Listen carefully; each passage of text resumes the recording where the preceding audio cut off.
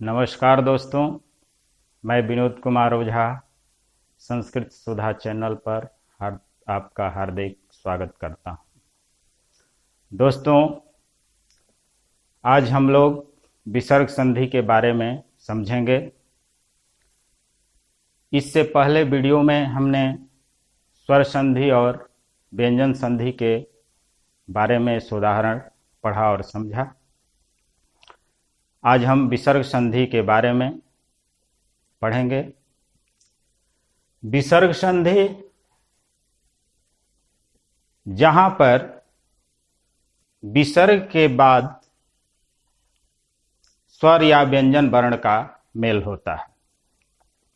विसर्ग के साथ स्वर या व्यंजन वर्ण के मेल से जो संधि होती है उसे विसर्ग संधि कहते हैं।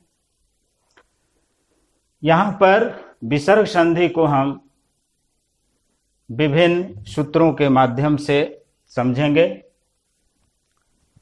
पहला है हसी च।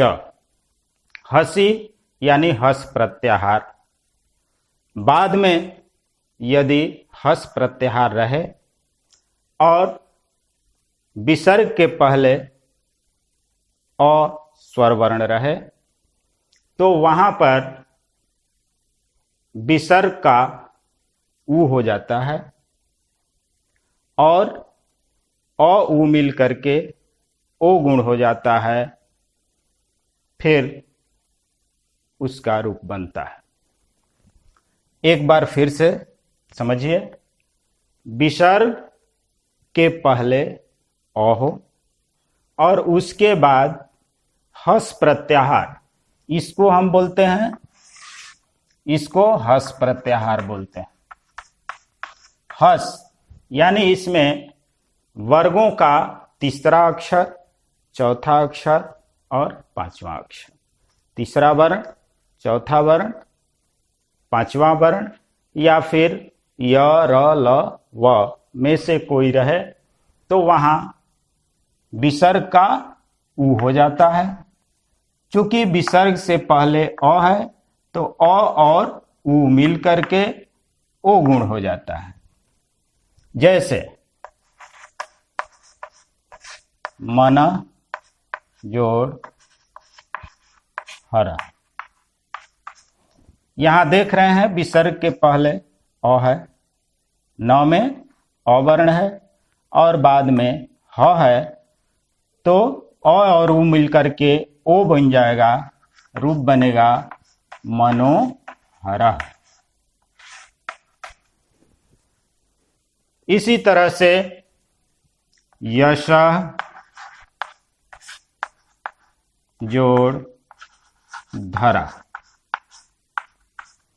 विसर्ग के पहले स में अ है और इधर वर्ग का चौथा वर्ण ध है, दोनों मिलकर के ओ बन जाएगा, रूप बनेगा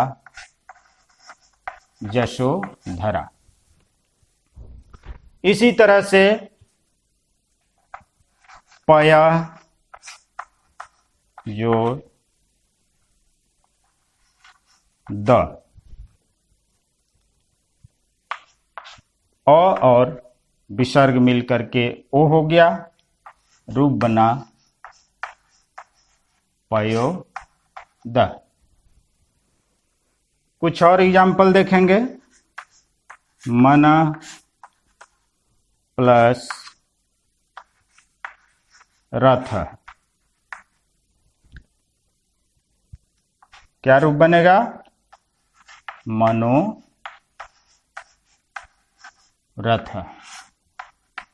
इस तरह से ये विसर्ग संधि का पहला भेद में आता है कि विसर्ग उसके पहले अ हो और बाद में किसी भी वर्ग का तीसरा अक्षर, चौथा अक्षर, पांचवा अक्षर अथवा य, र, ल, व हो तो वहां पर अ उ मिल करके ओ गुण बनता है और रूप होता है। अब हम विसर्ग संधि का दूसरा सूत्र देखते हैं।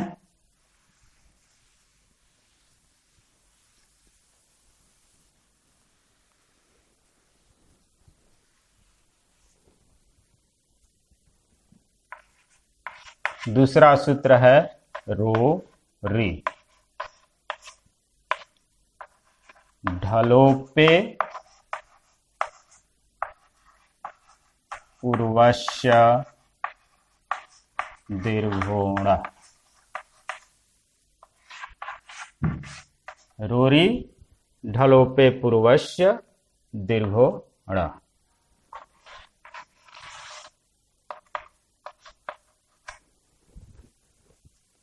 र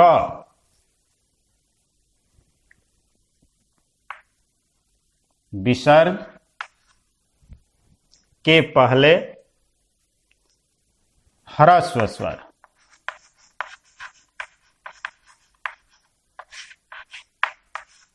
ह्रस्व स्वर हो और बाद में रो आए तो वहां पर ह्रस्व स्वर का दीर्घ हो जाता है और विसर्ग का लोप हो जाता है। यदि विसर्ग के पहले कोई भी ह्रस्व स्वर वर्ण हो और उसके बाद में रो आए तो विसर्ग का लोप हो जाता है और ह्रस्व स्वर का दीर्घ स्वर हो जाता है। रूप बनेगा जैसे निह जोड़ रोगा।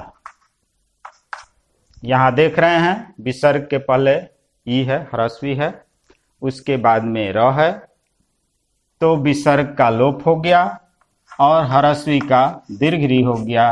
रूप बना निरोगा। इसी तरह से निह जोड़ रसः। विसर्ग के पहले ई है, उसके बाद र आया है, यहां भी ह्रस्व री का दीर्घ री हो गया, विसर्ग का लोप हो गया, रूप बना नीरसः। कुछ और उदाहरण, प्रातः जोड़ रम्या। यहां पर अ है, ह्रस्व स्वर, इसके बाद विसर्ग है और उसके आगे र है, विसर्ग का लोप हो जाएगा, अ के बदले आ हो जाएगा, प्राता हो जाएगा, रम्या, प्राता रम्या। इस तरह से ये विसर्ग संधि का दूसरा सूत्र हुआ रोरी। इसको ध्यान से देखेंगे क्योंकि विसर्ग संधि में बहुत ही कम अंतर है एक सूत्र से दूसरे सूत्र में, इसलिए सावधानी पूर्वक और इसको कंठस्थ रखना है सूत्र को और व्याख्या को, तभी आप इसमें अंतर समझ पाएंगे।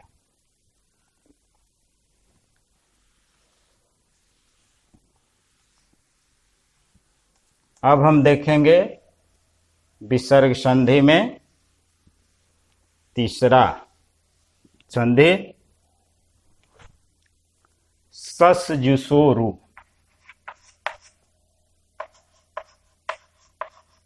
सस जुसो रू। सस जुसो रू। यहां पर अ आ को छोड़कर विसर्ग से पहले अ आ को छोड़कर कोई भी स्वर वर्ण हो और बाद में भी स्वर वर्ण हो तो वहां पर विसर्ग का र हो जाता है। नी जैसे नी जोड़ निर्भर। विसर्ग के पहले अ आ को छोड़कर, यानी ई है। इसके बाद वर्ग का तीसरा, चौथा, पांचवा वर्ण है या स्वर वर्ण है, तो वहां पर हम विसर्ग का र हो जाता है, रूप बनेगा निर्भर।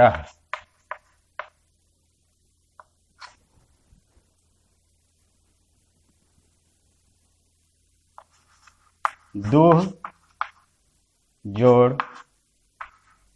व्यवहार।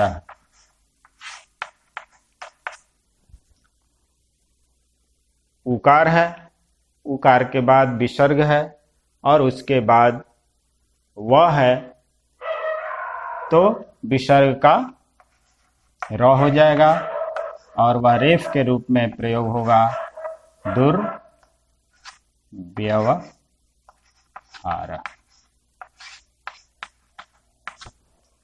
इसी तरह से नी जोड़ जलम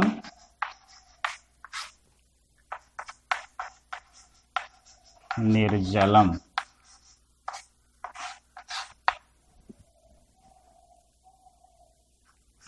निर जोड़ उपाय।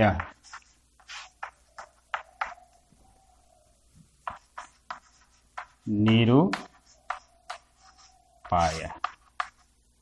इस तरह से ये इसको बोलते हैं रुत्व संधि विसर्ग में, यानी विसर्ग के पहले कोई भी अ आ को छोड़कर कोई भी स्वर वर्ण रहता है और उसके बाद में कोई भी स्वर वर्ण हो अथवा वर्ग का तृतीय, चतुर्थ, पंचम वर्ण हो अथवा ह य व र हो, तो वहां पर विसर्ग का र हो जाता है और वह र रेफ अथवा स्वर वर्ण के साथ मिल करके और संधि होती है। तो मित्रों, आज हम लोग विसर्ग संधि में इन्हीं तीनों सूत्रों को पढ़े और समझे। इसका बाकी भाग हम आगे वाले वीडियो में पढ़ेंगे और समझेंगे। यदि आप इस चैनल पर पहली बार देख रहे हैं तो इसे सब्सक्राइब कीजिएगा और बेल आइकन को प्रेस करें ताकि इस चैनल पर जो भी नए वीडियोस अपलोड होंगे वो आपको निरंतर मिलते रहेंगे। और हाँ, यदि ये वीडियो आपको पसंद आई हो तो इसे लाइक करेंगे और अधिक से अधिक शेयर करेंगे ताकि अन्य साथियों को भी इसकी मदद मिल सके। हाँ, यदि कहीं आपको इसमें समझ ना आई हो तो आप उसे कमेंट बॉक्स में ज़रूर पूछिए और अपनी समस्या बताइए, उसका समाधान यथाशीघ्र करने की कोशिश करूँगा। धन्यवाद।